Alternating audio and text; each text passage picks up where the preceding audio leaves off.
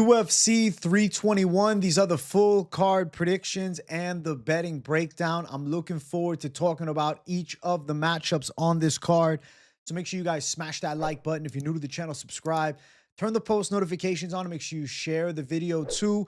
And also note, I'll be live for the entire card, 10 a.m. Eastern time. Yes, early start time for UFC 321. So make sure you tune into the Fight Companion. I can't wait for it. I'm excited. And I want to get into fight number one. Starting it off, we got the ladies going after it. Jacqueline Amorim versus Mizuki Inoue. The pick for me here has to be Jacqueline Amorim. I think she pulls this one out against Inoue. We haven't seen Inoue fight in 2 years. It was a win over Hannah Goldie, who's not in the UFC any longer. Always kind of mediocre, just like freakishly jacked. Inoue's been crazy inconsistent. Had an injury, I believe a knee injury some years back. And you see, over the last 6 years, we got 3 fights. I'm looking at the opposite side of that, the Jacqueline Amorim side. High-level jiu-jitsu game. Really a talented girl with kind of a special frame too. Very long legs, very long arms, makes for a dangerous guard, makes for dangerous body triangles. Her jiu-jitsu game in MMA is towards the best, I think, in the women's strawweight division. She's still putting some, final things together before making a run, but a win over Mizuki Inoue, I think is highly likely here for the Brazilian. Jacqueline Amorim, blue chip prospect, 4 wins in a row, 30 years old, really in her prime now. Only losses her debut to Sam Hughes, and she nearly got the sub in round 1. And we know Sam Hughes is the prospect killer. And looking at Amorim as of recent, I mean, it's been all finishes, and it's been dominant. Submission win, submission win. Granted, she did grab the glove, to be fair. Submission win, and TKO ground and pound against Conejo. I think this is one-way traffic, and Amorim should dominate this fight on the ground. If you haven't seen Inoue fight, she does have some decent hands. Shoot fighting background, can mix it up with some pressure kickboxing. A little bit of hand speed, actually. She's a huge underdog at plus 330. It's because if you look at Inoue's resume, a lot of wins by submission, I don't see her getting a sub here with Amorim. She's dealing with a different level of jiu-jitsu. Plus 330 is a wide tag, and a girl off 2-year layoff and 3 fights in 6 years, deservedly so. Minus 400 for the Jacqueline Amorim side. In the past, Inoue has fought good grapplers, and she's been on her back. Jandiroba back in Invicta, put her on her back. Inoue's fought good competition like Alexa Grasso, even fought Amanda Lemos inside of the UFC, lost dominantly 30-27. The over is minus 140. There's an element of this fight that is the layoff can definitely lead to, a bit of a slow start. The ring rust factor, I don't think it's crazy to say that we could see Jacqueline Amorim submit Mizuki Inoue. Inoue had some hype coming into the UFC at one point, but that was 6 years ago, guys. Okay? She made her UFC debut before I started the damn channel. That's crazy to me. And looking at her resume, you see why she had hype. 9 submission wins as a professional. She's fought against decent opposition. Like I said, Jandiroba, Alexa Grasso, even Karolina Kowalkiewicz. She had some hype at one point, but, years off with injuries galore. 2023, her last fight. Before that, it was 2020, okay? Inoue just seems like old news. She's still young at 31 years of age, but inactivity is hell in this game. And I'm going to go with the active Jacqueline Amorim, who's 10-1 as a pro, coming from the high-level jiu-jitsu base and having some natural gifts as an athlete. Very good frame, good takedown game, and I think she finds a way on top of Inoue and is live to find that submission too. I'm feeling submission or decision for Amorim. I think she handles business here. She's a favorite, yes, of course, but maybe that sub or decision prop will catch our eye. We'll see later on during the week. Next fight on the card, Azat Maksum versus Mitch Raposo. I'm going with Azat Maksum to beat Mitch Raposo. It's unfortunate, though, because Mitch isn't really bad. It's just they give him horrible matchups time and time again. Hey, we're coming into the UFC, welcome. Jumps in against Lima, loses a decision. It ain't no split. He lost. Sumaderji fight, made it competitive. He lost. He's had competitive moments. He's a good wrestler. But I think that when you take on an Azat Maksum, you got to do more than just wrestle. Azat Maksum comes from a base of wrestling, right? His hands are pretty sharp. He's got good straight punches and some power on his straight right. His kickboxing game, I would say, is pretty smooth. If you threaten him with takedowns, you can find some shots on the feet. And I think Mitch Raposo could find some shots. I think Mitch Raposo could make it a bit of a fight. The problem is Mitch Raposo has to get chest to chest here, and he really has to get in that red zone, close range. Raposo on the inside's got to rip some big punches, and he doesn't really have a ton of knockout power, especially not at this level.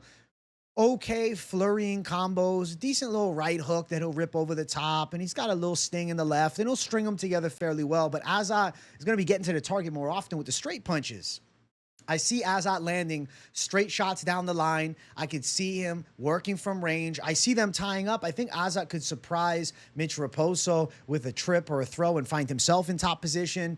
With Maksum coming from the wrestling base, that's an underrated element of his game. Obviously loses last time when he takes on Tagir Ulanbekov, but still goes the distance, right? Has moments in the fight, has a submission threat that he can bring to the table. Gave a competitive fight before that to Charles Johnson. Has fought two of the higher level guys in the flyweight division and done pretty well. I feel like Azat Maksum has got a nice edge here over Mitch Raposo. Raposo fought a guy with a similar frame last time in Su Maderji and was able to make it fairly close using his wrestling. Maderji, though, doesn't have wrestling. Maderji is really just a kickboxer. Azat Maksum mixes it up pretty nicely with kickboxing, but on top of that, has the base of wrestling, has really good balance, and I think that he's coming into his own now, and I feel like he's going to be able to get a win here over Raposo. I feel Raposo can survive. Raposo can, make it close in moments. He's tricky out of the southpaw stance. I think he can land some shots, but giving up a good amount of reach. I see him getting hit more often from the outside. He'll tie up. He'll get close. Won't be able to get Maksum down. Might even get tripped himself. Competitive back and forth, but I think Maksum takes it home on the judges' scorecards and beats Mitch Raposo in this one. He's a big favorite, man. Minus 350, plus 285 for Mitch Raposo on the other side, but no surprise looking at the lines. Over 2.5, minus 195. I lean towards yes. I think Raposo can, survive the shots. Like Maksum coming into the UFC had a little bit of hype with, the finishing ability. And he does have, like I said, the submission game is there, especially with those long, skinny arms. But you're dealing with a Raposo who's pretty solid, hard to sub. But granted, damn, it's kind of crazy. Jake Hadley subbed him up, but that was 2022. Raposo's gotten better. He's still young at 27. Azat Maksum by sub would be kind of sick, though. If Maksum goes out and wins by sub, that's big for him. And I think that, puts him back in the limelight as far as one to watch in the flyweight division. But I do lean towards and favor the side of him getting it done on the scorecards because Raposo can scramble. He's, short, stocky, right? 5'5", short neck, shorter arms. Going to be hard to lock a sub up on. But with the long, skinny arms of Maksum, if Raposo is shooting, could get caught in some type of front headlock position. But I think more times than not, Raposo scrambles out, and I think they get back up to the feet. And I don't think Maksum is jumping the ghillie and getting silly. He ain't going Charles Jourdain style or Dustin Poirier status on us. I think we're going to see Maksum fight pretty smart with distance kickboxing, mixing it up on the inside, maybe even surprising Raposo with a takedown, threatening with the sub to make Raposo hesitant on the takedown attempts. But I don't know so much about him locking one in. I do respect Raposo's ground game and the grappling defense. He's pretty solid. So it'll be interesting, too, to see Raposo face a guy that's pretty sound defensively in wrestling because, obviously Andre Lima's pretty good defensively at wrestling. But, Su Maderji, his knack has been he's not a very high-level wrestler, whereas Maksum defensively is a good wrestler. So I think Maksum looks pretty good. I think Maksum wins a competitive fight. Raposo has a couple moments, keeps himself on the roster maybe, but loses. Next fight, we got Chris Barnett versus Hamdi Abdelwahab. Hamdi Dumpty is back for some more. Oh. The Chris Barnett fandom makes me really want to hope and pray that he goes out and pulls off a shocking upset. But I just can't pick him, man. He had that Achilles tear. We saw it with Jamal Hill. The Achilles tear in his career has took a nosedive. Chris Barnett supposedly had a miraculous recovery from the Achilles tear. And then he comes back and he rips his shit up, grabbing on his hamstring and shit against Nzechiku. Get TKO'd in the first round due to injury. I got to pick Hamdi Dumpty. I have to go with the younger guy. I have to go with Abdelwahab. I know Abdelwahab has been a bust. He's, 1-1 and 1 no contest in the UFC. easily could be 0-3 in the UFC with different judges. But he's got the Olympic wrestling base. His boxing is decent. He's all right with his punches. He's gonna, probably be able to back Barnett up and potentially take him down. I feel like after that Achilles tear, Barnett, who's known for his crazy, explosive, and creative attacks, like there's a chance that we see it diminished. I don't know how he's gonna look. I can't pick the Chris Barnett side in this one. I can root for him as a fan and say how sick would it be if he pulled off the upset. But it's like he was getting his shit rocked in round 1 by Jake Collier, and that was years ago now. When was that? 3 years ago? Ended up coming back, winning and pounding him out, but he was getting busted up by Jake Collier. And then, the fight after that obviously comes back a year ago, and Nzechukwu finishes him in the first round after he got injured. When Barnett's on, he's creative, rips weird overhand punches into the spinny heel kicks, and pretty much does, the most strange techniques for a guy of this size. You wouldn't expect an obese 5'9", 264-pound heavyweight to be able to move like Barnett does, or at least move like that in his prime. But the problem is at 39, a lot of wear and tear over the years of fighting, but also just having that much body weight for a guy who probably should weigh 185 pounds. I think Chris Barnett's going to end up getting outworked here by Hamdi Abdelwahab, and I think he's going to end up getting taken down. The fan side of me will hope for a Barnett upset, but it's just hard for me to go out and genuinely predict that he beats a guy who's training full time, who's, trying to improve. Not that Hamdi is like a world-class killer, but he's got some boxing chops. He's got a decent right hook. He comes forward with pressure. He's got a nice wrestling game, even though he doesn't always use it. He, neglects it a bit. I think he could surprise Barnett here. Hamdi's got a chin. I feel like Abdelwahab is going to end up winning a decision, and I think he's going to end up getting on top of Barnett and grinding him out a bit, backing him up a bit with strikes. I feel like Barnett has a couple of those emphatic moments where he looks to throw some crazy spinning heel kick or maybe a cartwheel kick, something that's just completely outside of the realm of what you normally see for heavyweights. But I don't think it lands, and I think that Hamdi Abdelwahab should win. I feel like he'll pull it off here. He's not going to end up selling 2 in a row. He lost to Mo Usman 3 months ago, but Mo Usman is, kind of a monster. He ended up, having elevated levels of testosterone and shit. And Hamdi obviously failed the drug test in the past too. Let's not forget. But, all natural Hamdi 2025, maybe. I don't know. I think Hamdi can get the hand raised. I feel like he's going to end up winning a decision. I think he'll outwork Chris Barnett. He'll get in his face. He'll back him up. He's 8 years younger. It's just too many intangibles. Obviously, Barnett's always the smaller guy, but like he's fighting a real heavyweight in Abdelwahab. The previous 2 opponents, Collier and Nzechukwu. Collier is a former middleweight, and Nzechukwu a former light heavyweight, though he's freaky tall. I think that a full-size Hamdi probably wins it on the scorecards. Barnett rips a couple big shots and has some emphatic moments, but I think Hamdi does more over the 15 minutes. And I'm going to take Hamdi Dumpty to win by a decision here. Minus 400 for Hamdi, Barnett plus 300. I wouldn't really want to go out and throw hammers down on a minus 400 Hamdi Abdelwahab, but like I got to pick the fight for how I see it. I think that he should have more tools, and then he's not coming off of, an injury layoff. It's like one of those heartfelt fan side of me that's like, yo, man, but what if Barnett does it? What if he catches Hamdi? But Hamdi hasn't shown woes with his chin, and now Barnett's got to outwork him for 3 rounds and stay off of his back. I just think that's going to be a bit of a mountain to climb. I'm going to go with the side of Abdelwahab. I think he probably wins a decision, probably wrestles. Over a round and a half at minus 225. I do lean towards it going into the later stages. I think Abdelwahab decision. I don't know about him stopping Chris Barnett. Inside of the UFC and at a high level, Hamdi hasn't shown the finishing ability. But to be fair, outside of the UFC, he's shown some power. He was getting finishes in bare knuckle MMA and then, won 3 fights by KO. I feel as though at the UFC level, I think Hamdi's not top caliber. He's not going to make a run or anything like that.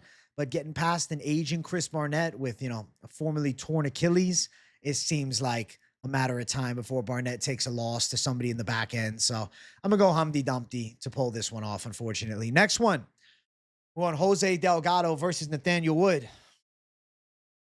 This is the test for Delgado. It's a big test. I'm going to pick Delgado to win by decision. I think that Delgado gets tested, but I think he passes the test.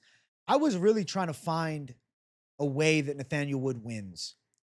and I'm looking at the matchup and I'm watching Jose Delgado. I'm looking at older fights and I'm seeing him get dropped earlier on in his career. And you might say, oh, well, he got dropped with a straight shot some years ago against a mediocre guy.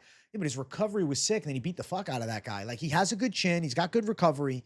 Delgado's striking is nasty. He's coming off of 2 sick first-round KOs in the UFC. Nasty knee knockout against Hyder Amil last time. Beautiful tie clinch knee. 30 seconds, not even, like 20-something seconds against Hyder Amil. Nathaniel Wood is good. Nathaniel Wood has everything kind of down to like a science. He's got clean kickboxing. He's got a good high-end tight guard. He's tactical in striking. The problem is Delgado just has more of the X factor. He's going to have more power. It's more of a risk of danger. He's the bigger guy, 5'11" to 5'6", 4-inch reach advantage. You got to remember, Nathaniel Wood was a bantamweight prospect coming into the UFC.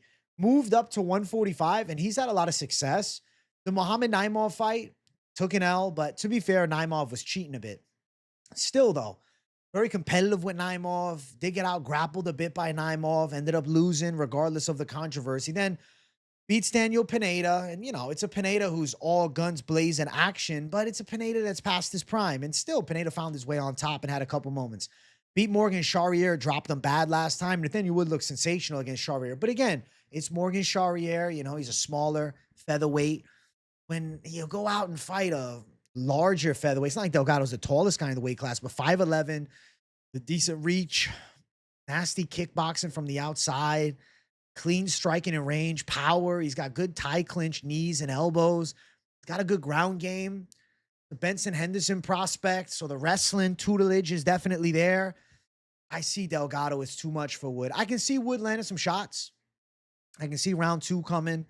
And like he survives an early storm, Wood gets some punches together, but I think Delgado just does more, probably outworks him. There's a chance Delgado wins by knockout. I'm saying, you know, Delgado by decision, but he could definitely get the KO.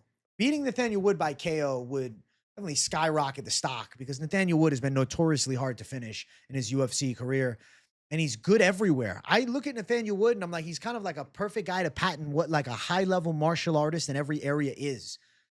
It's just, you got the X factor on the Delgado side. 27 years old, explosive athlete, has cardio, has wrestling. Obviously, the stand-up is where he shines most, but he can do it all at a high level. I just think Nathaniel Wood's going to end up getting outworked here. Outstruck, caught with some big shots. I can see Nathaniel Wood sliced open with a big elbow. I really like that jab cross left hook to the body, then sometimes jab cross left hook to the head that Delgado strings together. He's a good combination striker, throws big knees. Like Wood's got nice calf kicks, but he's going to chop away at Delgado. He's going to drop him with a big punch and finish him. It's more of like the Nathaniel Wood puncher's chance. If he can land something massive early in the fight, kind of like he did with Charrier, then get the momentum in his favor and then pull the upset off. But I know that Delgado's young at 27 and he doesn't have that UFC tenure like Wood does. And he doesn't have, you know, 9 UFC wins, but it seems to me that Delgado has something special. And with the size advantage, there's no way Delgado would make 135. I got to go with the bigger guy who also has speed, who also seems to have the high level skills. And I think that the potential for Delgado is somewhere around the top 10. And Nathaniel Wood, he's a good top 20 guy, but I don't think he's breaking into the top 10 or top 15 or anything like that. So I'm going to say Delgado's able to do more and is able to outwork him. I think Delgado's going to win a fight that, you know, could be back and forth, could be competitive in moments, but Delgado definitely has that X factor. Minus 150 Delgado, plus 130 for Nathaniel Wood. If Wood survives and goes 3 rounds, I mean, that's a feather in his cap in itself. Over 2.5 is minus 150. With Delgado, there's such a danger threat, though. I mean, when's the last time Delgado has passed the 2nd round? He went to a 3rd round, and this is the fight I was talking about where he got dropped in the 1st round. He dominated Alberto Romo back in 2024 of April. So, you know, over a year ago. Went distance against Chris McCarty, ended up losing a decision back in February 2023. 3rd round sub in 2023, about 2 years ago against, you know, a journeyman Sean Gee. So he has gone to the later stages, I guess, to be fair. But as of recent, you look at what he's done in the UFC and then obviously Contender Series, been getting people out of there in 2 rounds or less. Nathaniel Wood's a guy that could push him a bit, and we'll, you know, see towards the later stage. But I still think Delgado's got his number. Even if it's 3 rounds, I see Delgado outworking him in the 3-round fight. I see Delgado on top of Nathaniel Wood. Maybe even Delgado showing some jiu-jitsu in this fight, shooting for some submissions. I don't think it's a bad thing if Delgado goes 3 rounds against Nathaniel Wood, is really where I'm going with this. If he finishes him, that's fantastic. But if it's on the judges' scorecards, I think that's fine too. For Delgado, this is a really good test, and it's a good experience building matchup against a really talented Nathaniel Wood, but not an elite Nathaniel Wood. Delgado will pass this level of a test. Next fight, Volter Walker versus Louis Sutherland. This fight going to have you sweating, man. I'm going to pick Volter Walker, but you guys know I was locking Louis Sutherland against Tafa as an underdog. Now he's taking on the clean monster. I think Volter Walker should win, but I must say, Louis Sutherland has some serious power, and he's kind of an in-your-face, heavy aggression, big bomb slinging, looking for the knockout, and finds the knockout. If Volter Walker shoots for a heel hook with a big dude like Louis Sutherland that weighs all the way up at 265, there's a chance that Volter Walker is getting his head bashed into the canvas. So for Volter Walker, this is a true test. Like, Louis Sutherland can definitely crack on the feet. Louis Sutherland does have some serious punching power. I was confident that he was going to run through a Tafa. I look at this matchup, I'm like, okay, Volter Walker is definitely the better grappler. Volter Walker is definitely the better wrestler. He's dealing with a big human being. Louis Sutherland is a massive, jacked and strong heavyweight. But I think Walker can get him to the ground. I think Walker can beat him up with some ground and pound. I have my doubts about how Sutherland will look on his back. I was really high on Sutherland entering into the UFC against a Tafa. I thought that was perfect. But now he takes on a Volter Walker who's riding a ton of momentum with a 3-fight win streak, all heel hooks. I don't know about him going heel hook crazy, but I do think the better jiu-jitsu is on the Walker side. I do think the better wrestling is on the Walker side. Where Walker finds himself in trouble in this fight is if Sutherland's stopping some takedowns and Walker's sitting there slugging fist, Louis Sutherland has the power to knock him out. Louis Sutherland 1000% has the KO ability. If they are striking, I think Louis Sutherland could crack Volter Walker, especially if Walker is failing takedowns. What you're going to see with Walker is if he's failing takedowns, he's going to panic wrestle. In a state of panic, he could definitely get caught with some stupid shit. Louis Sutherland has an upside chance of finding a KO. So if you're thinking about betting on a Louis Sutherland KO, I'm not telling you you're nuts. Gambling-wise, there's a sensible side to that prop bet. But looking at it from a pure fight analysis, I have Volter Walker with the 4 UFC fights. I have Volter Walker, who was scheduled to fight against Muhammad Usman, a guy that is big, strong, and powerful, who I thought he was going to be able to buzzsaw through, get to the ground, beat him up, and work a finish. Volter Walker's in incredible shape. He looks to be on the trek of contendership versus a debuting Sutherland. I think this is just too much too soon for Sutherland. I like Sutherland a lot, and he would put some fucking real division on notice type performance out if he's able to find the finish here. But I wonder what happens when Sutherland's on his back. I think Volter Walker can out-wrestle him. I think Volter Walker can out-grapple him. Volter Walker is going to be a hard man to deny when he's shooting these takedowns. When he's on top, I think Walker's working ground and pound. I think Sutherland's going to have a hard time getting up to his feet. Sutherland's one of those guys, he's going to use a lot of explosiveness to get up. He's going to fatigue doing so. And I think Walker could work ground and pound in there. I think he could look for a choke. Don't be surprised if Volter Walker just ends up going heel hook. But I'm telling you, if Volter Walker drops for a heel hook against a guy that's heavy-handed like Louis Sutherland, as big as Louis Sutherland is, there is a possibility that some death punches could land for Sutherland and the fight could be over. Louis Sutherland is no fucking Dontel Mays or a junior Tafa. And Nzechukwu's quite good, to be fair. Nzechukwu's very good. And the fact that Walker submitted him is impressive. But Sutherland's different. He's a full-fledged heavyweight, not as tall as Nzechukwu, but he's not tall and skinny. He's 6'3", and he's fucking thick. He's a cinder block, heavy-ass legs. Be careful playing around. If Walker gets crazy, he can end up looking up at the lights. So I'm just going to put that out there as a caveat. Louis Sutherland is live for a knockout here. But I think Volter Walker ends up in top position. I think Volter Walker works towards a finish. I think he probably stops some ground and pound into potentially a rear naked choke, or even just full mount or back take and then stopping him with some big shots. But there is a side of me that thinks about, shit, Sutherland has a lot of punching power. And if Volter Walker can't hit the takedowns, if Volter Walker starts getting sloppy on the feet, Louis Sutherland can shut his lights off. Plus 260 Sutherland, minus 310 Walker. Looking towards any over-unders here. Let's see. Is it existent yet? Is it not loading or does it not exist? Let's find out. This is a short notice edition fight too. But granted, you know, both these guys in shape and ready to fight. Let's check this one last time. Let's see if we can get it. No over-under? No over-under. I'm going to go F myself then. All right, there's no over-under. Well, I'll say this. I think this fight is live to end in a finish, and I think it's live to end on the ground. I'll go towards big body Volter Walker side, but there's definitely some heat being slugged out there with Louis Sutherland. And like, I won't hold back any truths that in the back of my mind, I see 1 out of the 10 times they fight, Volter Walker failing on takedowns, Louis Sutherland's big ass dropping hammers on him and putting his lights out, and Walker panic shooting a shitty heel hook and then getting just drop bombs on and ends up getting flattened. But I'll go with Volter Walker to pull it off because I do think he's going to end up hitting the takedowns. I think he'll get past the dangerous Louis Sutherland here. Next fight on the card, we got Abdul Karim Al-Selwady versus Matheus Camilo. I think Matheus Camilo pulls this one off. I like Matheus Camilo a lot, guys. I have to say, I know the debut was testy. Ends up losing to Gabe Green, and it was terrible. He had him in a fully locked-in triangle. Gabe Green gets out. He gives up his back. He gets tapped the fuck out. The issue is, though, I just feel as though Selwady can get caught on the feet here.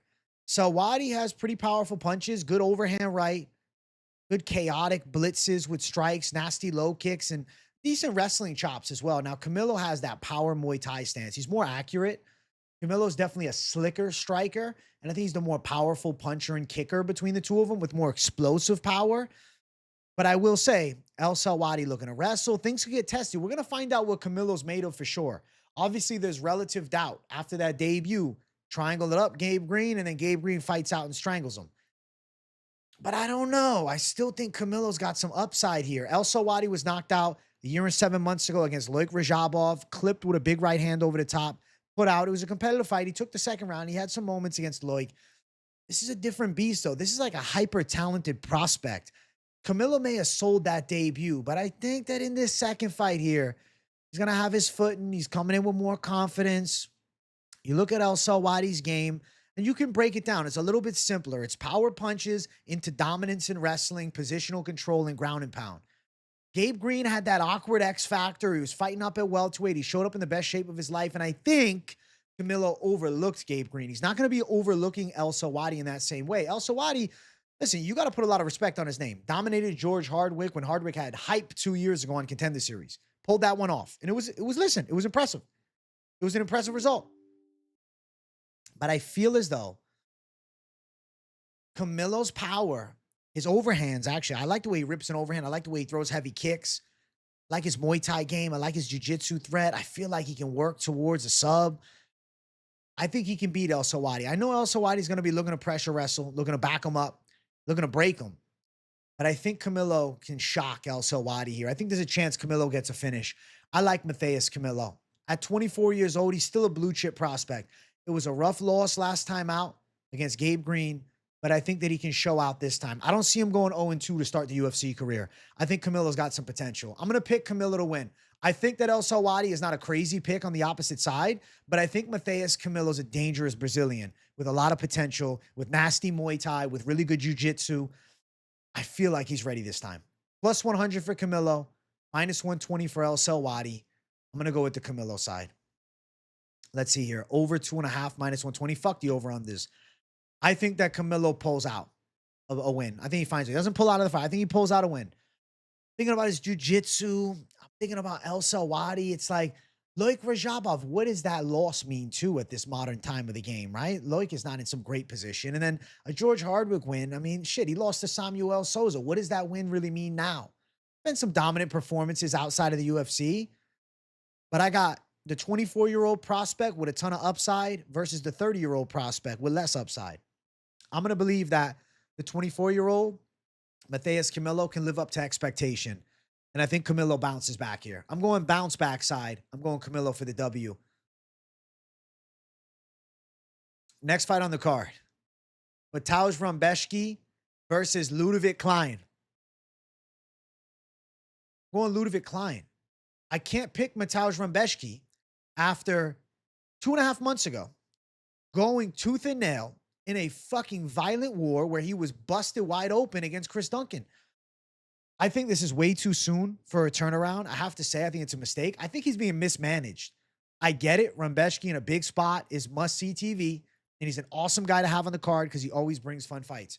But the man needs some fucking rest, dude. 11 months ago, went to war with Mitebek Orbai. At least he had a bit of a break. Before that, a year and 5 months, 6 months off, he fucking got knocked out by Diego Ferreira in a crazy fight. Ľudovít Klein's got a clear-cut strike speed advantage. His Muay Thai's better. Ľudovít Klein's sharper. Ľudovít Klein gets to the target first and more often. And it's not like Ľudovít Klein is one-dimensional, too. He's sound defensively and grappling. Yeah, Matheus Gamrot grappled him up. The problem with Rębecki, he's kind of just reliant on big punches, loading up on heavy power shots. He is a southpaw, and, you know, he's one of those southpaws that carries pop. Like a southpaw with power is dangerous. Rip some big shots over the top, walking you down, getting your face nasty, straight left on the money. Ľudovít Klein is a clean kickboxer, though. Nasty body work. Got good knees to the body, good Muay Thai on the inside. He's physically strong. He's good in all areas. He's a special athlete, too. Ľudovít Klein is very gifted with athleticism. And he's tactical. He can punch well. He can kick well. He can knee well. He can work from all ranges well. He's got the reach advantage. Rębecki looking to load up on big shots. Ľudovít Klein, he's never really at this level shown chin woes. I'm not like overly concerned about the chin. I think Klein can land some power shots from Rębecki. I think Rębecki can have moments. The issue with Rębecki, though, he doesn't have a great gas tank. Slows down in the later stages of the fight. I think Klein can keep a good pace for 3 rounds and a good technical kickboxing pace with that Muay Thai game, landing serious shots. Rębecki, cut is going to open. The issue is Rębecki has a lot of scar tissue now, and then being cut up 2.5 months ago, jumping in this one. I think that Ľudovít Klein wins the battle of optics, too. Cleaner, faster striking, bigger moments, cuts Rębecki up. I think Rębecki looking to throw some bombs, maybe even trying to wrestle a bit. I think Ľudovít's able to be defensively sound. Ľudovít lost to Matheus Gamrot, but Gamrot is right in that top 7 of the elite guys in the world. Rębecki last time, Chris Duncan tunes him up. And listen, Chris Duncan's real good. But still, I think that Klein is like, you know, on par with the Duncan level, especially striking. Fight before that, pulls it off against Mitebek Orbai in a crazy fight. He's tired late. Orbai relentless. Dropped him multiple times. Orbai's a damn zombie. Diego Ferreira knocks him out. I feel like Ľudovít Klein's live to take this one home. I think it could be a decision. I think it could be a back-and-forth fight. I think Klein lands bigger shots. I worry about Rębecki being bloody and battered all over the place, and I think that's a red flag. I got to go with Mr. Highlight. I got to go with Ľudovít Klein to find a way to win. Odds for the fight between the two. Slight favorite, -130, Ľudovít Klein. Matheus Rębecki sitting at +110. I think it's fair that he's a slight favorite in this spot. He's not coming off immense damage, you know. Still, he got outworked by Gamrot, but he didn't get fucking beat down and busted open and rocked and dropped and, you know, looking like he went 15 rounds. You know what I'm saying? Over 2.5, -140. I mean, it's always sweaty with an over when you have a Matheus Rębecki fight with the way that he fights. I think it's live to go over. I see Ľudovít Klein cutting him up. I see Ľudovít Klein landing more often. And I see Ľudovít Klein outworking Rębecki, pulling off the win. I'm going Klein to beat Matheus Rębecki in this spot here. In a really good fight, though. I think it's going to be a back-and-forth war. Next fight. Ikram Aliskerov versus Jun-Young Park. I got to go with Ikram. I feel as though Ikram is going to be able to out-wrestle Jun-Young Park here. And I think he can match him in the boxing. Jun-Young Park does have good volume. Comes in good shape. Ready to work 3 hard rounds. Underrated boxer, can rip some combinations, doesn't back down from a fight either with forward pressure, has some solid offensive wrestling. I think Aliskerov's wrestling is better. Aliskerov has knockout power, coming off the KO over Andre Muniz. Obviously, Andre Muniz was then destroyed following that up against Shabazian. So, you know, Muniz is not necessarily the most durable guy in the world. Not using MMA math, but Iron Turtle lost a split decision to Muniz. To be fair, though, I did think he won. And he ended up in mount in that fight. Jun-Young Park is good in all areas. It's just, I think that Aliskerov's wrestling is definitely better. And I think that Aliskerov has more power. I would say Park is probably the better combination boxer. I think Park a little bit quicker with his punches. I think Park probably faster in multi-shot combination. But I think like the damage of one big punch, Aliskerov could buckle Jun-Young Park. Whereas on the flip side, I don't know about one shot from Park putting Aliskerov down. I think Aliskerov, to lose this fight, we'll have to get hit with some, three-piece and a sodas by Jun-Young Park here and really get busted up and then, head into the second and third round. But even then, Park's good at winning these hard-fought decisions and testy moments. I think we see Aliskerov find top position. I think we see Aliskerov land some shots against Jun-Young Park on the feet. I think he out-wrestles him for sure here. Does he finish a Park? This is a question that I'm really trying to answer for myself because Park is hard to put away. The finish of Jun-Young Park is serious. Aliskerov has been a violent knockout puncher, but Park has always been durable. The South Korean's been getting done dirty as of late and getting finished. I kind of think Aliskerov is live for a later stage finish, potentially melting Jun-Young Park in that third round. But I wouldn't be shocked if they go the full three and Aliskerov is able to win the striking, take him down, beat him up a bit from top position, threaten with some subs. I really just think Aliskerov is going to be able to pin Park from top position and then work that top control and then work some ground and pound. Whereas I'm thinking about Park striking with Aliskerov. Like I see the counters of the takedowns for Aliskerov, and I see Aliskerov having a legitimate chance to land some detrimental punches to Jun-Young Park. So I think Aliskerov is taking this one home. I feel like it's a good matchup for him, and it's a serious test. Jun-Young Park is no easy out. 4-1 in his last 5, could easily be 5-0 in his last 5 fights if, you eliminate the Muniz decision, which I thought he should have won. I think Aliskerov gets the hand raised. Wrestling's better, a little more power. I still think of Aliskerov as a really dangerous middleweight. Minus 250 for Ikram Aliskerov, plus 210 for Jun-Young Park. If Aliskerov is able to get like a knockout finish or something like that, I think that like puts fear back in the division. I feel as though Aliskerov's hype since that Robert Whittaker knockout loss really took a bit of a substantial nosedive, or at least the intimidation factor of Aliskerov that he had on his side at one point. Over-unders are near even money. If you look historically, I mean, Jun-Young Park, hard to put away. Knocked out by Gregory Rodriguez in a back-and-forth war. Lost by sub to Fluffy Hernandez. There's no shame. And then, obviously earlier in his career, Shavkat pulled off the sub against him. You look at Aliskerov's game, has 5 subs, 7 KOs, and then 3 decisions. Inside the UFC, he has been a monster with getting knockouts. He's been putting people out. This fight here is, I think, one where he could fight a little more tactical, then win a hard-fought decision against Park, or potentially ground and pound into a submission. For Aliskerov, I feel like this is the matchup that he can show us all his tools. Though Park has a good chin and Park has a lot of boxing ability, not having that detrimental power, this is a positive aspect for Ikram Aliskerov. Like, let's not forget, Park was competitive with, Brad Tavares a year ago. Pulls off win, but Tavares in the first round had his back, So Aliskerov taking Park down and potentially beating him up and then submitting him, it seems live. I'm going Aliskerov. Next fight, feature prelim. Nasrat Haqparast versus Quillian Salkeld. I'm going to pick Nasrat Haqparast. I'm going with the more tenured UFC veteran here. I think that Haqparast striking, boxing specifically in range, is going to be favorable towards his side. His fight IQ is very good. Defensively, he's sound in the wrestling department. He's a good size lightweight. You might be saying, oh, but you're going with the prospect Delgado earlier. Yeah, but he's got a massive size advantage. And I also feel like he's got that thing. I think Salkeld is good. But how good? I don't know, man. He pulled off a nice KO over Anshul Jubli and then was able to out-wrestle, Ash moves in a pretty dominant win. But I wasn't, like, blown away. Still got caught a couple times on the feet. I'm looking at Haqparast, and I'm like, I don't see Haqparast just getting ran through grappling. I don't see Haqparast just getting pressured up against the cage, taken down, and bullied.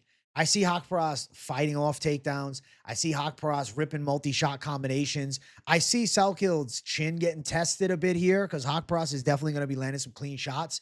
Haqparast is a pretty accurate puncher. He's a clean boxer. You're coming off, a nice win streak for him. You look at what Haqparast has been able to do, 5 in a row, and not wins to overlook. Esteban Ribovic's upset is huge in a close fight with Ribovic. Jared Gordon, at the end of the day, you might say, oh, but Jared Gordon got knocked out by Rafa Garcia. He got hit by a damn car. When Jared Gordon is on, he's a bad motherfucker. And Haqparast able to get a close one against him. Jamie Malarkey knockout was sick. Beat Landon Quinones in a decent fight. John Makdessi in a decent fight. I kind of see a decision for Haqparast. That UFC experience and the fight IQ comes to fruition. Salkeld looking to back him up and wrestle. Maybe hits a couple takedowns. Haqparast back on his feet. They're striking. Haqparast getting some punches together. Landing some nice teeps to the body. Salkeld looking for some straight shots. Landing a couple shots on Haqparast. But Haqparast defensively sound and staying after him with multi-shot combinations. Haqparast is deceptively accurate, man. He's got clean southpaw boxing, and he's got really good defense, high and tight guard with good head movement. You got to watch out for his overhand shots, puts combinations together, has a bit of power, isn't like a flatline KO puncher normally, but Haqparast lands, you have to respect what's being thrown at you. And like with Salkild, he's been able to walk through, his recent opponents. I mean, obviously Gage Young put up a bit of a fight, and Gage Young just beat Mahashate. So the win over Gage Young is nice, but Gage Young tested him a bit more. UFC debut against Jubilee was quick. Second fight against Ashmouz, he absolutely out-wrestled him. Now, I can't see him having that type of wrestling success against Haqparast. So he's going to be forced into a high-output, high-paced striking fight against a guy that throws a lot of punches and a guy that's consistently in your face. I think Haqparast is able to overcome here, and I think Haqparast outstrikes Quillian Salkild over the 3 rounds, and I feel like he's live to take this one home by a decision. He could potentially get a stoppage here, like a volume accumulation of damage type stoppage. Odds for the fight. Let's see. Do we have odds? Yes, we do. Nasrat, -125. Opened up as a +130 underdog. That's interesting. Salkild got a lot of hype now. Over 2.5, -200. Haqparast, slight favorite. Salkild, slight dog. I see why Salkild's the dog in the spot. Doesn't have that UFC experience. He should be a bit of an underdog here. I think Haqparast able to do more. Outstrikes him. I think Salkild is looking for some good straights, maybe lands a couple, then Haqparast firing back. Haqparast a little bit more with the multi-shot combinations, finds success, I believe. And then in the wrestling department, I think Haqparast's defense is sound and he shuts down the wrestling. And I really think he can start getting some punches together. With Salkild, we don't know. He could end up getting melted with big shots to the body and then shots over the top. How does he feel, in a 3-round high-action striking pace fight as opposed to more of a high-action wrestling pace fight? We could see Haqparast put him away. But I'm going to say Haqparast in the scorecards. I think Haqparast is coming into his own, man. He's as good as he's ever been, and he's taking on a guy that looks like a bright prospect, but still 25, only 2 UFC fights. Haqparast battle-tested. I'm going to say he can get the hand raised in this one. Let's jump to the main card. If you guys haven't yet, make sure you smash that like button. And if you're new to the channel, make sure you subscribe. We got Alexander Rakic versus Azamat Murzakanov. I like Azamat Murzakanov here. I think that Azamat has deceptive stand-up because he looks like the most average guy you have ever seen. Like, I'm telling you, you look at him, you just think he's a normal dude. But he is like freaky precise and fast. He's a southpaw with a dangerous straight left with a nasty right hook. Kind of reminds me of Fyodor Emelianenko with the way that he's able to rip like that right hook as he kind of like elevates a bit in the air. Kind of like a karate-esque kickboxing rhythm to his style. Very wide and technical stance with like real clean speed. I will say the one woe on him has been, hey, watch the gas tank a little bit. Does seem to fatigue a tad bit in the later stages, but he's won fights later too, so I wouldn't be overly concerned. Rakic on the other side is the definition of looks like the fucking world champion. Like if you had a movie of a UFC champion, like Rakic is great to play that guy. Freakishly jacked, fucking shredded, 6'4". The dude is a monster. But when you look at what he does, he strikes well from the outside. He's got decent straight shots, nice kicks. Obviously, the Jimmy Manuwa high kick back in the day. Holy shit. There's been moments for Rakic. But I also think more about what Rakic has done. And like he slows down in fights a bit too. Bit hittable as he throws that straight right. There's a moment of lapse. I feel like he's a little bit slow to bring the hands back. And he's not like the quickest guy on the return fire. And there's counters available for a more explosive power hitter, which I think Murzakanov is. I think about Rakic's wrestling, and it doesn't blow me away. I could see him trying to wrestle a bit here, but I feel like Murzakanov's going to be able to stop these takedowns. He's 15-0 as a pro, the most deceptive-looking guy in the weight class, but deception is usually his key to success. I think Rakic is getting chinned. You might be like, oh, but Ankalaev didn't finish Rakic. Bro, Rakic just wanted to go 3 rounds against Ankalaev. He did not put out any offense and took 0 risks in that fight. It's because he was knocked out in the fight before against Prohashka. And since that injury against Jan Blachowicz, Rakic hasn't really looked the same. And you look, he hasn't won a fight in 4 years and 7 months, man. Against Thiago Santos, who's no longer in the UFC. Fight before that, he beat Anthony Smith. Like, really look at Rakic's wins and how they stack up in this modern day. He looks like a monster, but he hasn't beaten anybody that's currently, amongst the top. You look at his entire career. Lost to Volkan Ozdemir in a competitive fight in 2019. But who's he beaten? Who's he beaten? Look at his wins. Look closely. Tell me what you see. You see no name that is still on the UFC roster, bro. I got to go Murzakanov. I think Murzakanov's power is pretty dangerous. His accuracy is legit. Always gives up height and reach. Out kickboxed Dustin Jacoby, former Glory kickboxer. Violently knocked out Alonzo Menafield. Made it look easy against Brenison Ibero. Come on, man. I think that Azamat's a special beast. And I think Alexander Rakic is getting caught with something big in the pocket. And I think he's getting flatlined. I think Murzakanov, he's running into, the top of the division. That's where maybe we start to see him push to the breaking point and we find out. In a 5-round fight, we find out against some of the best guys. Rakic, he's top 10, but is he for sure? I don't know where he's at now. He hasn't won a fight in a really long time. I think that Murzakanov gives Rakic his 4th straight L. And please, UFC, can we give Rakic an easier fight next time? He deserves an easier fight. I think it's Murzakanov's time here. Murzakanov, slight favorite at -120. At open, he was an underdog. Money's come down, and they've flipped it to the other side. Rakic plus 100. I can't back Rakic here. Over 2.5. I feel like this fight ends in a finish. I feel like Murzakanov finds the Rakic chin and puts his lights out. Murzakanov has real power. And I think Rakic is going to be a bit more confident. He's going to look to do something here. I don't think he's going to sit on the back foot and try and survive. If he does, I'm going to be pissed off. He just sits back and just, tries to wait for Murzakanov and then ends up looking like he did against Ankalaev. Then I think Murzakanov can win a decision kickboxing with him and take at least 2 out of the 3 rounds. But I think Murzakanov's X factor of precise power is going to end up being the ultimate difference maker. And I'm going for the power hitter. I'm going Azamat Murzakanov to knock Alexander Rakic out and really get the division move. We got somebody now. Murzakanov with the KO win and a fucking 16-0 record. You got to give him a big fight. And he'd be on the short list of guys that could potentially be on the title track in 2026. A win here for Murzakanov is top contender fight next year. And I think that he's live to do it. But he's got the skills for it. And he's got the natural gift of precision that I think exceeds what Rakic can do. Next fight, Alexander Volkov versus Jailton Almeida. I'm going Volkov. I like Volkov a lot as an underdog in fights. You guys know. I picked him against Sergey Pavlovich. The world slept on him. He pulled it off. I think Jailton Almeida's chinny. Okay? Some people don't want to believe it. But Jailton Almeida doesn't respond well to punches. You might say, oh, but look what he did last time against Sergey Spivak. Was able to blitz Sergey Spivak. Impressive. Stopped him. Still, Spivak took him down early. Fight before that. Okay, yeah. Runs through Alexander Romanov. Romanov is a known quitter. Fight before that. Curtis Blades puts him away. Now, he had some success. Body lock, cage pressure, control against Curtis Blades. Couldn't really do anything with it. Got caught with a weird shot entering range and then some elbows against the cage and he was out cold. Volkov is 6'7", okay? Volkov is going to have about a 20-pound weight advantage. Volkov is going to be the taller guy by a good amount. The bigger man, the more full-size heavyweight. Almeida could make light heavyweight if he chose to. Volkov's grappling defense is way better than it used to be. I mean, he should have beaten Ciryl Gane. To be honest, this card should be Aspinall Volkov 2. All right? Volkov won that Gane fight. The victory was taken from him against Ciryl Gane. You look at what Volkov has been able to do since some of the L's. Like, okay, Aspinall subs him up in 2022. This is a long time ago. This is 2.5 years ago. And then he goes on a tear. Knockout of Rosenstruy.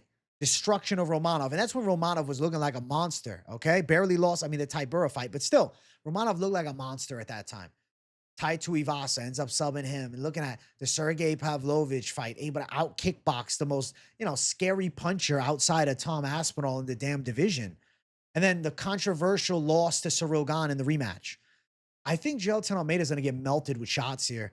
I think Volkov's stand-up is going to look sharp. I think he's going to stop Jailton's grappling attempts. He's going to catch him with punches, fully extended shots. And I see Jailton ended up turtling up. I think you guys are going to be pissed off if you're Jailton backers. Let's see how much the community has him. All right, 54% of the community on Almeida. So not like an overwhelming pick from the community here. I was curious what it was at. We'll run polls on Propaholics Thursday. But I think that Alexander Volkov's stand-up is sharp. And his grappling defense is good. He's gotten way better at grappling in recent years, and he's really put it all together. I feel like Volkov is the best form he's ever been in. Robbed last time against Ciryl Gane, coming in hungry to this fight against Almeida. I think karma's on his side here. I think Jailton Almeida's looking up at the lights. I think Almeida is going to remind you guys of like Andre Muniz. He's going to get caught with a big shot. He's going to turtle up, go down, and we're going to see Volkov TKO him.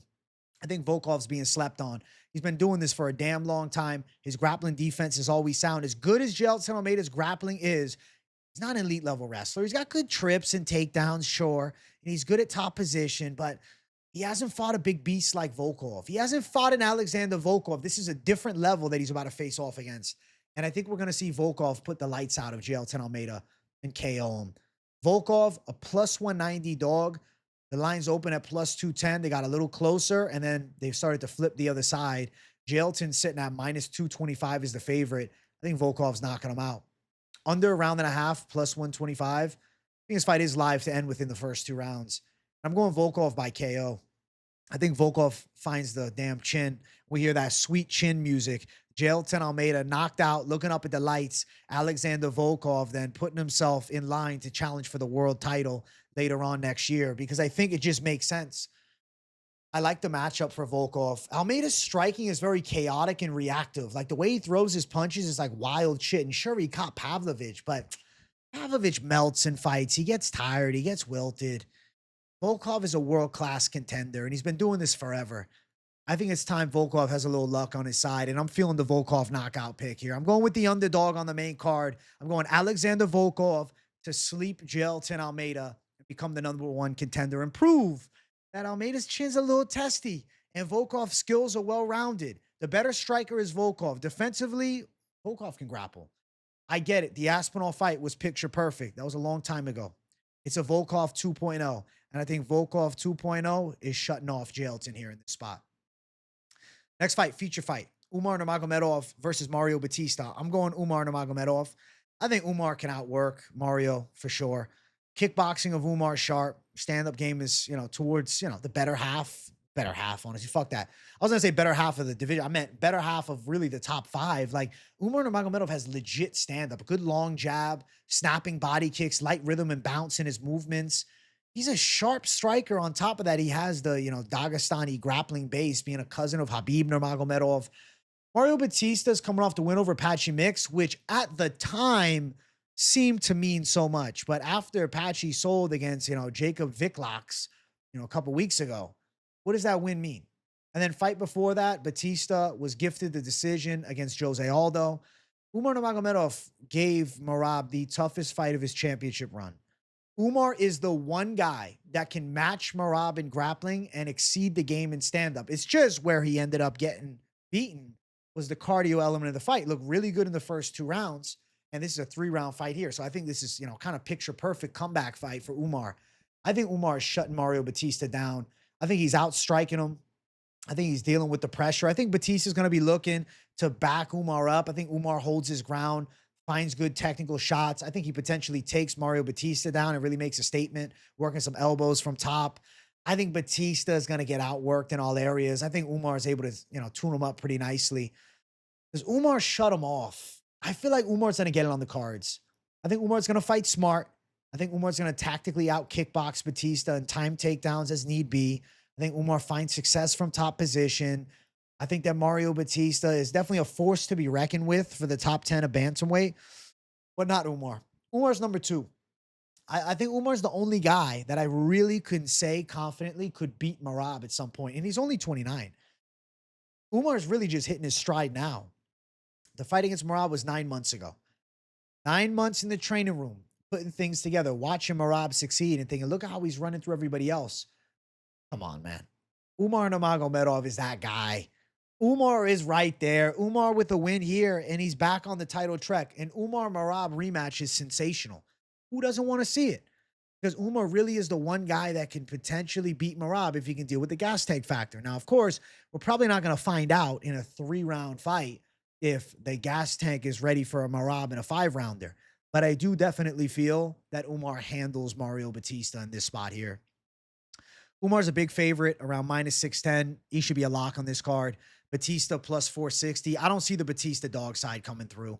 I think Mario Bautista is going to be kind of caught swinging and missing, counter-shotted, out-techniqued on the feet, out-kickboxed. I see Bautista struggling with the time, I'll say time management, but the distance management of Umar Nurmagomedov, and I think the accuracy that Umar has on the feet. On top of that, I think that Umar out-wrestles him. I think Umar can dominate from top position. I think Umar can win this fight wherever it goes. Bautista is a good, durable, tough, strong, pressure-based fighter with a decent wrestling game. This is the perfect tune-up fight for Umar. Kind of like a Merab light you're dealing with Mario Bautista. Not near the level of wrestling, but definitely has some cardio, definitely puts out some volume, definitely in your face. But Umar's going to be tuning him up, man. Over is -240. I presume Umar wins by a decision. I would love to say Umar knocks Mario Bautista out, but Bautista's damn durable. He's got a good chin. He's in great shape. Bautista's a problem for this division, but not for the elites of the weight class. And Umar is the number 2 guy in the division. And I think he defends that number 2 spot. And I think he beats Mario Bautista by pretty lopsided decision. I'll say 30-27s, and Umar shows out. And I think we might see the best version of Umar ever. At 29, he's getting better and better and better and better. You're looking at the only guy that I think can beat Merab. I think Umar's going to go out and dominate here and make a statement. Co-main event. Ladies fight for the vacant strawweight title. Virna Jandiroba versus Mackenzie Dern. Drum roll, please. I'm going Jandiroba. I feel like Virna's going to get her this time. I just don't see Mackenzie Dern as the world champion. It just doesn't make sense. Dern is not the best girl in the weight class. Lost to Amanda Lemos a year and 8 months ago. Lost to Jessica Andrade 2 years ago and got knocked out. Yeah, she beat Jandiroba some years ago, but this is a long time back. She beat Jandiroba in 2020. Jandiroba is not the same beast, okay? Jandiroba, since that point, has been on a tear. As of recent, she's won 5 straight fights, and she has looked ever dominant. Wrestling seems to be better than ever before. Physically, she seems like, I'm going to go out and say, the strongest girl in the weight class. The only argument would have been Weili Zhang, but she's moving up now and vacating the belt. I think that Jandiroba is the strongest girl in the division. I mean, you look at what Jandiroba was able to do, getting a sub against Lemos in the way that she did. Then you look at a girl who's a high-level wrestler and Tatiana Suarez just like panic wrestling against her and losing the 3rd round. You look at her shutting down Yan Xiaonan, beating her, and Yan Xiaonan is a fucking monster. Lupi Godinez win is impressive because Lupi's a sensational prospect. Granted, Lupi Godinez win for Dern is nice too, and last time out pulled off the win against Amanda Hebas. But was it the peak Amanda Hebas? Not necessarily. It was a Hebas had, kind of been bouncing up and down from flyweight, strawweight. She's fighting a Virna Jandiroba who's on a tear, who has vengeance on her mind and is this close to a world title. I think Jandiroba is one of those girls that hit a late prime. I think she's going to be able to out-wrestle Mackenzie Dern and be positionally dominant. I think that the jiu-jitsu of Jandiroba has better translated to MMA than Dern's. Dern can get crazy in the striking and rip some wild shots, but I don't see her boxing up Jandiroba. I see her eventually on her back. Yes, Dern has elite level jiu-jitsu, but Jandiroba has very good pins from top position. Jandiroba is going to be the better wrestler this time out. We got 5 rounds to work. I think Mackenzie Dern's going to get outworked here, and I think Jandiroba is going to find herself in top position on top of Dern, wearing her down, beating her up. I could see a 5-round affair. I can see Dern with some big striking moments. I'd say like pure explosive power, Dern probably hits a bit harder, but if you notice later in fights, Dern sometimes goes back to the old bad habits, just putting that chin up and just swinging wild shit. And I think you hit round 3, round 4, Jandiroba can start finding punches and then landing into the takedown. And I think the gas tank of Dern is more likely to dwindle before Jandiroba's. I think Jandiroba is a more physically fit girl. I feel like Jandiroba is just more locked in. And seeing that Jandiroba is the dog surprised me. I feel like Mackenzie Dern should be the underdog here. Yeah, Jandiroba is the girl who lost their first fight, but I think she's made more improvements since their first fight than Mackenzie Dern has. And I think Jandiroba is going to be able to find herself as the best woman at 115 in the world come this Saturday night, or this Saturday afternoon, I should say, since it's an early card. I'm going to go with Virna Jandiroba to pull the upset off and beat Mackenzie Dern here. Looking at the odds, plus 145. The line is growing. Opened up as a minus 150 favorite. Has now flipped. Money has come down at Dern on the dog side. I just can't pick the Dern who gets so reckless and throws crazy. And I get it, you might say, oh, but styles make the fights. But Jandiroba is so much better than their first fight. If they would, I'm going to ask you guys this question. If they never fought before and you're just judging them from the evidence you have seen as of late, eliminate their first fight, tell me who you're picking. I think unanimously, people are going to probably be all over the Jandiroba side saying she's going to buzzsaw through Dern. She's better at jiu-jitsu. She's going to beat her up from top position. She's going to out-wrestle her. She might choke her out. She might armbar her. Jandiroba might finish Dern. I'm going with Jandiroba for the W. I see her becoming the world champ. I don't see Dern with the title around their waist. No, we're going Jandiroba. Over 4.5. Live to go over, but I don't know what the over 4.5. I mean, Jandiroba later stage submission of a tired Mackenzie Dern, kind of getting reckless, making mistakes. Jandiroba has her frustrated, takes the back and locks in the sub. But I could just see a positionally dominant Virna Jandiroba cruise into a one-sided decision too. There'll be some striking moments for Dern, but I predict that we're going to see Jandiroba find successful moments in the grappling and end up in top position and end up in a dominant position. And I think she's going to be able to out-wrestle Mackenzie Dern, out-grapple her, and out-fight her. I'm going Jandiroba and new champ. We're doing it. We're going for the underdog in the co-main. Next fight is the main event. If you guys haven't yet, make sure you hit that like button. If you're new to the channel, make sure you subscribe. Tom Aspinall versus Cyril Gane. Going Tom Aspinall. I think that Tom Aspinall is going to finish Cyril Gane in this spot. Aspinall is truly an elite specimen in his heavyweight division, as is Cyril Gane, but he's got the obvious flaw in the defensive grappling. I mean, we saw it last time out where Volkov dominated him in the 3rd round. And Cyril Gane also does movie roles in France and stuff. He's not just fighting. Tom Aspinall is fucking dialed into this fighting career, and I'm telling you, he's looking to prove a point here. Tom Aspinall has legit pro-level boxing. Obviously, he's done some sparring with, Tyson Fury and things like that.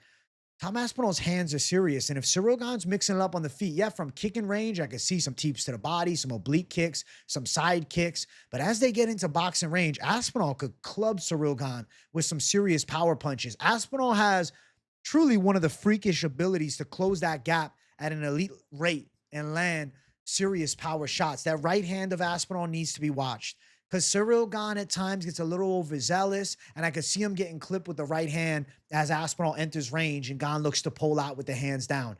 Then you look at the other side of this fight. Aspinall is clearly the better grappler. Aspinall has good takedown game and nasty jiu-jitsu from top position, and we've seen Cyril Gane outworked in the grappling. We saw him taken down by Francis Ngannou. We saw him quickly subbed by John Jones. We saw him outworked in the grappling by Volkov last time out. And now I got Tom Aspinall, and I've been singing the praises of Volkov during the breakdown of that fight, but still a Tom Aspinall who offensively and grappling is a rare breed. Takedown game is legitimate. I think he can take Cyril Gane down.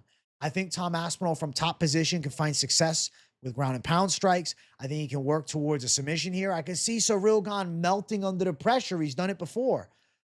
I think Tom Aspinall is going to live up to the hype in this spot. Now, Cyril Gane's striking is dangerous. Big knee to the body, big elbows, but he doesn't have that one-touch KO power in his hands. So if they're mixing it up in boxing range, I could see Aspinall dropping a Cyril Gane with a big punch. The thing is, as much as Aspinall loves to strike, and I think he's got the power to sleep Cyril Gane, I do think there is like that path of least resistance is putting Cyril Gane on his back. I think Gane's going to have a hard time stopping the takedowns coming his way, especially with the threat of big punches. Cyril Gane worried about getting caught with big shots as Aspinall is pressing him backwards and worrying about the takedown. I see then Aspinall in top position threatening for a submission. I can see Aspinall looking to follow suit of John Jones, locking up a sub early, but I wouldn't be shocked if Gane goes a little longer. Bit of a calculated pace for the first minute of the fight. Aspinall then starts to press forward. Gane landing some shots from the outside, staying on that bicycle and moving. Aspinall walking him down, catching him with the right hand. Cyril Gane knocked off balance a bit, trying to run away. Aspinall chasing, maybe tying up with him, taking him to the ground, getting on top, working the big ground and pound. Cyril Gane trying to get back up to his feet. He can. He ends up giving up his back, and then he gets strangled. I think Aspinall's live for a choke. It makes the most sense that Aspinall will lock him in like a rear naked choke, or potentially a ghillie, some type of, strangle as opposed to like some type of limb lock. But if they are striking, I do think there's a serious pathway for Aspinall to chin Cyril Gane. Cyril Gane could get caught with a big shot. Aspinall closes distance, like I said, at an elite level rate. You saw what he was able to do with one big shot on Pavlovich, who's a monster. With Curtis Blades in one big punch, that's still crazy impressive. And I mean, it just seems to me that it's Tom Aspinall's time. Now, he's been out for a year and 2 months. Cyril Gane been out for 10 months. Both guys been, on the chopping block waiting around. They've been waiting for the call-up. Why? Because John Jones was holding up the division for a long time. I think Aspinall is the freak factor. I think Aspinall handles, man. I think Aspinall goes out there and looks good. I think he finishes Cyril Gane within the first 2 rounds here. I think it might be in the first round. I can see Aspinall on top, pounding him out and then taking his back and choking him. And I see Ciryl Gane tapping as soon as that choke is kind of set in. Minus 400 for Aspinall, I believe, and still a champ, defending the undisputed belt for the first time. Gane plus 300. There's a reason why. Because his pathway to win is striking only. And he's got to stay on those feet. And I'm worried that he doesn't stay on those feet. Gane to win. Let's see what the sub call is. What am I fucking saying? Gane by sub. Aspinall by sub. Can you imagine Gane chokes him out? That'd be the weirdest world we've ever fucking been in. Aspinall to win by submission, plus 260. Aspinall to win by KO, minus 105. Aspinall inside the distance would not be crazy. I don't see the line, but I'm assuming it's going to be like 3-1 odds. Anything else looking interesting here? I think we're going to see Tom Aspinall take it home. Yeah, he's a big favorite. Yeah, he's a minus 400 favorite. But he should win it, man. There is a disparity in the levels of mixed martial arts. Gane's kicking game is top caliber, and his footwork is really good. He works a nice, straight jab from the outside and moves pretty good, and he's quick on his feet. But Aspinall's going to be able to cut that cage off, back him up, land hard, get on top. I see him taking him down. I see Gane getting pounded on a bit. I see Aspinall taking the back, and I see Aspinall living up to the prophecy and becoming the world champ. And I do think submission is live for Tom Aspinall. Wouldn't blow my mind if he got a knockout, but I think sub makes sense too. And I think it probably goes under a round and a half, but it could go a little longer. But Aspinall's been a buzzsaw as of recent. I mean, his first round finishes galore. He starts fights, lightning speed, and I think he wants to make a statement against Ciryl Gane. We don't normally see a lot of time for Aspinall to work in the cage, and that's why John Jones was so panicked about fighting him, because he's like, oh, I got no tape on this guy. Maybe he gets 3.5 minutes here, and that fight becomes a reality, but don't hold your breath. I'm doubtful that it happens. Tom Aspinall to win, gets the finish over Ciryl Gane. I'm going to say submission. I'm going to say he chokes him out, but don't be shocked if he KOs him. And I think he's live for a first-round submission too. I think Aspinall's going to get Ciryl Gane down. I think he's going to make him uncomfortable on the feet, back him up. Then he's going to have Ciryl Gane thinking about the hands. Then he's going to go towards the takedown, and that's where he finds the greatest success, taking him down, beating him up a little bit, forcing Gane into submission. The submission's going to open up. Gane's going to, I don't want to say Gane's going to give it to him and like push the narrative that Gane's going to quit, but Gane is going to give it to him with some big shots from Aspinall on top. Gane's going to try to get back up to his feet by giving his back. Aspinall's going to get the hooks in. Aspinall's going to get the choke in, and Aspinall is going to strangle him and become the undisputed champ with a defense. Granted, like this feels like a vacant title fight. Obviously, they promoted the interim champ Aspinall to undisputed champ, but he ain't really the champ until you have this fight here. And I think he becomes the undisputed champ come Saturday. So Tom Aspinall to win it. I'm going to say submission. I'm going to say finish early. Takes out Ciryl Gane. The grappling skills are a big factor when they hit the ground, but the boxing skills are going to carry, because that should also open up the takedowns for Aspinall, because Ciryl Gane's got to be worried seriously about those hands as they enter boxing range. And Aspinall will be able to close that distance on Ciryl Gane. Aspinall for the W by sub. Those are the picks for UFC 321. Excited as hell. We got a great early afternoon card for the pay-per-view, or I guess late AM card if you're watching the prelims, which I'll be tuned into. I'm excited for everything. I hope you guys enjoyed the show. Make sure you guys smash the like button. If you're new to the channel, subscribe it up. Content all week, so keep it locked in. Turn the post notifications on. You don't want to miss a thing. Video live streams every single weekday and the Saturday, so you boys locked in and ready to go. I love you all. Thank you guys for the continued support. Let me know in the comments what you thought of the predictions. What do you think? Volkov is the dog. You feeling it too? I want to hear from you guys. If you got nothing to say in the comments, the W in the chat to boost the algorithm for your boy. W Experts community, I love you all. And I see you guys in the next one. Much love. Peace out.